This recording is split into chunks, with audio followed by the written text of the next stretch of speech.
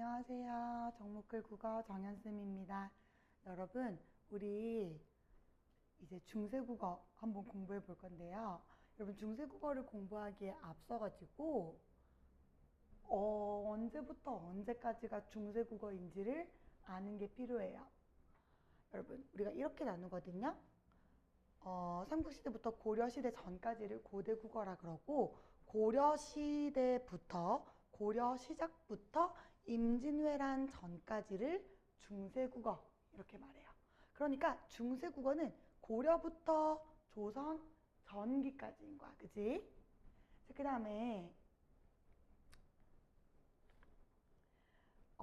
근대국어는 임진왜란부터 갑오개혁까지야. 근대화의 시작 전까지다. 그죠? 여러분, 요 시기를 우리는 조선 후기라고 말해요.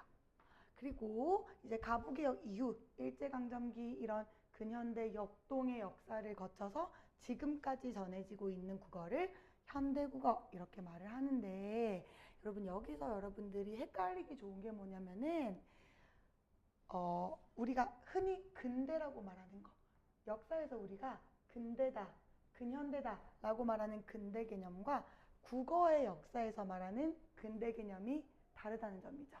국어의 역사에서 근대는 조선 후기를 말하는데, 일반적인 역사에서 근대는 조선 후기가 끝나고 일제강점기 뭐 이런 시기를 근대라고 불렀어요. 그래서 요 차이를 여러분이 꼭 기억을 하시면 좋겠고요. 여러분, 쌤이 이제 중세국어, 우리가 이번에 중세국어를 공부하는데 그 중에서도 조선 전기를 따로 표시를 해놨어요. 왜냐하면 여러분, 우리가 고려 건국부터 훈민정음 창제 전까지 설사 같은 중세국어를 썼다 할지라도 한글이 없었기 때문에 그 당시 국어를 우리가 정확하게 알 수가 없어요. 그때 한자로 했으면 우리가 지금 한자를 고1인데 막 고려시대 때 썼던 한문 표기를 공부할 수는 없는 거잖아. 그치? 그래서 훈민정음 창제 이후에 조선 전기의 한글 표기, 한국어 사용이 우리 이번 고등학교 1학년 문법 시험 범위가 될 거예요. 여러분, 그래서 조선 전기와 조선 후기, 중세국어와 근대국어의 요 시기 구분 정확하게 알고 들어가시면 공부하는데 도움이 될 것 같습니다. 설마 이런 게 시험에 나올까 싶지만 사실 내신이라는 건 혹시 모르는 거거든. 꼭 기억해놔. 얘들아, 그러면 중세국어가 시험 범위가 됐을 때 우리는 어떤 쪽에 초점을 맞춰서 공부를 해야 될까요? 냅다 학교쌤이 말해준 걸 다 외울 수는 없고, 좀 약간 여러분 머릿속에도 체계가 있어야 암기가 잘 되는 법이거든요. 여러분, 이 중세국어 파트에서 여러분들이 신경 쓰셔야 하는 공부 포인트가 바로 뭐냐면, 요 조선전기의 중세국어와 현대국어, 우리가 지금 쓰는 현대국어의 차이점이에요. 요거 두 개 비교하는 게 시험에 너무나도 잘 나와요. 이거 두 개를 비교하지 않는 문제는 나올 수가 없어. 무조건 비교하라고 나와. 비교하는 걸 바탕으로 문제가 나오게 돼 있어요. 쌤, 그럼 근대국어는요? 일단 우리 이번 시험 범위가 중세국어이기 때문에 근대국어는 그렇게 중요하지는 않지만 학교쌤들이 간간히 언급하실 수는 있어요. 그 하시는 부분만 따로 쌤이 또 체크를 이따가 해드릴게요. 자, 여러분, 그러면 중세국어와 현대국어를 구분을 한번 먼저 해볼까요? 여러분, 요거 이제 같은 세종어지 훈민정음이거든요. 중세국어 때 썼던 부분과 우리가 현대어로 해석한 요 부분인데 많이 다르다, 그죠? 일단 어떻게 다른 것 같아요? 첫 번째, 중세국어에서는 띄어쓰기가 없어. 현대국어에서는 나라의 말이 중국과 달라 이렇게 띄어쓰고 있는데, 중세국어에서는 띄어쓰기가 없다. 현대국어에서는 띄어쓰기가 있다. 두 번째, 중세국어는 글자의 요 왼쪽에, 글자의 왼쪽에 방점을 붙여요. 여러분, 요거 점 하나씩 붙인 거 있죠? 요거를 방점이라 그러는데, 방점을 통해서 성조를 드러내거든요. 여러분, 성조는 소리의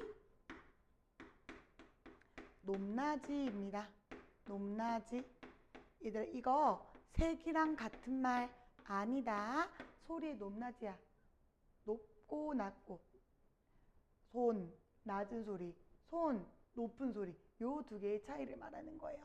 여러분 근데 중세국어 당시에는 요 성조가 뜻을 구별하는 데 쓰였어요. 여러분 현대국어에서는 성조가 뜻을 구별하지 않아요. 근데 중세국어에서는 성조가 뜻을 구별했기 때문에 성조 중요하겠죠. 표시를 해줘야 될 거 아니야? 그래서 성조를 나타내는 방점이 있었다는 거야. 방점에 대해서는 이따가 자세하게 한번 봅시다. 자, 그러면 방점이 있었느냐 없었느냐의 차이가 일단 보이고요. 또 중세국어 당시에는 글을 이렇게 위에서 아래로 세로로 쓴 것 같아요. 우리 어떻게 써요? 가로로 쓰죠. 나라의 말이 중국과 달라. 이렇게 왼쪽에서 오른쪽으로 읽는데 얘네들은 이렇게 세로로 위에서 아래로 읽었다. 자, 그래서 중세국어 당시에는 글을 이렇게 위에서 아래로, 위에서 아래로, 그리고 오른쪽에서 왼쪽으로 이렇게 진행을 했다면 현대국어에서는 왼쪽에서 오른쪽으로 이렇게 전개하고 있어요. 요것도 큰 차이점이죠. 다음, 한자와 한글을 같이 썼어요. 중세국어 당시에 이 한자들을 보시면 여러분 한자가 있으면 꼭 그 한글 발음이 같이 나오네요. 한자가 있으면 한글 발음 같이 나와요. 여러분 근데 현대국어에서는 굳이 저 한자를 같이 표기하지 않아요. 쌤 어렸을 때만 해도 우리 할아버지가 신문 보실 때 한자가 옆에 꼭 저렇게 붙어 있었던 것 같거든요. 정확하게는 기억이 안 나긴 하는데 한자를 저렇게 많이 붙여서 썼어. 근데 요즘은 아예 한자 붙여서 안 쓰잖아, 그죠? 그래서 한글만 표기한다 이렇게 알아두시면 될 것 같아요. 자, 그러면 여기까지가 중세국어와 현대국어의 차이점, 좀 개괄적인 차이점들을 한번 살펴보았고요. 다음 시간부터는 중세국어 당시에 만들었던 한글과 현대국어의 한글, 그 자음과 모음의 차이를 집중적으로 한번 공부해 보겠습니다. 고생했어. 안녕.